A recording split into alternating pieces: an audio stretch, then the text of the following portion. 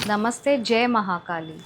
आज हम बात करेंगे महाविद्या की 5वें रूप का, माँ भैरवी। भय मीन्स डर, फियर। रव, रव मतलब आवाज़। वो भय के आवाज़ से आपको दूर कराती है, भय को नष्ट कर देती है।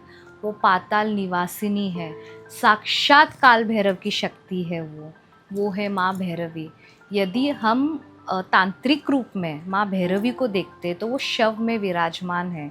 लाल नेत्र है, खुले केश है, क्रोध है, उनका तेज जैसे 10,000 सूर्य से भी ज़्यादा उनका तेज है। वो आपके हर भय को नष्ट करती है।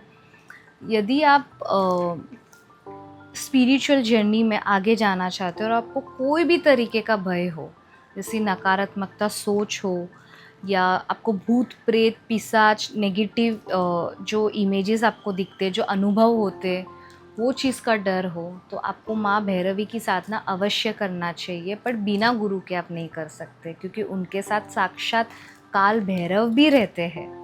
वो आपको जन्म और मृत्यु का सत्य भी बताती है। इसके पीछे कहानी है।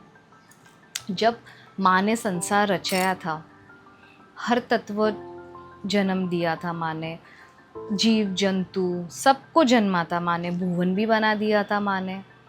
फिर इंद्रदेव बहुत चिंतित होके ब्रह्मदेव के पास गए। उन्होंने ब्रह्मदेव को प्रश्न पूछा, यदि पृथ्वी पे ऐसे ही जीव जंतु जन्म लेते ही जाएंगे तो पृथ्वी का संतुलन तो बिगड़ ही जाएगा, क्योंकि जो सुविधाएं माँ ने प्रकट की है वो सुविधा एक टाइम के बाद, संतुलन बिगड़ने के बाद वो चीज़ वहीं पे समाप्त हो जाएगी। तो उसका क्या निवारण किया जाए, कृपया करके मार्गदर्शन दीजिए। तब वहाँ पे माँ भैरवी प्रकट हुई। तब माँ ने बोला, मृत्यु एकमात्र ही सत्य है, मृत्यु जो नश्वर शरीर को मोक्ष दिला सके उनके कर्मों के अनुसार।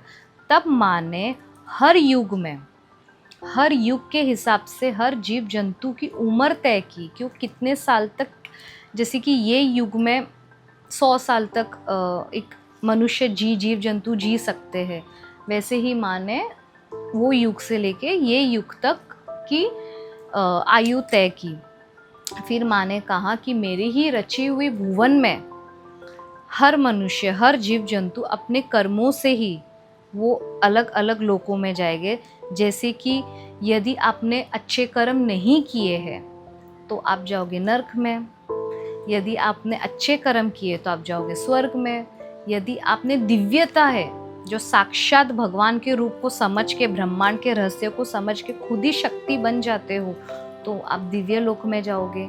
इस प्रकार माँ भैरवी आपको वो सत्य से वाकिफ कराती है कि इस भुवन में भी रह के आप मोक्ष को कैसे प्राप्त कर सके, अच्छे कर्म कैसे कर सके। भय तो हर जगह, हर मोड़, हर सेकंड आपके साथ चलेगा, पर या तो आपके अंदर भय बस सकता है या तो आपके अंदर उस शक्ति की ऊर्जा बस सकती है। तो उस भय को नष्ट कराने की शक्ति माँ भैरवी प्रदान करती है। इस माँ को त्रिपुरा भैरवी भी कहा जाता है। माँ त्रिपुरा भैरवी भी कहा जाती है। उसके पीछे भी एक कथा है। जब त्रिपुरा नाम के राक्षस ने त्रिलोक को अपने अधीन बना दिया था, देवगण को भी अपने अधीन बना दिया था, हर जगह भय था, हर जगह नकारात्मकता थी, तब माँ त्रिपुरा सुंदरी ने क्रोध में आकर त्रिपुरा भैरवी को प्रकट किया। वो इतनी क्रोध में थी, इतनी प्रचंड ऊर्जा थी उनकी, कि उनकी दृष्टि से ही, दृष्टि द्वारा से ही त्रिपुरा नाम के राक्षस भस्म हो गए।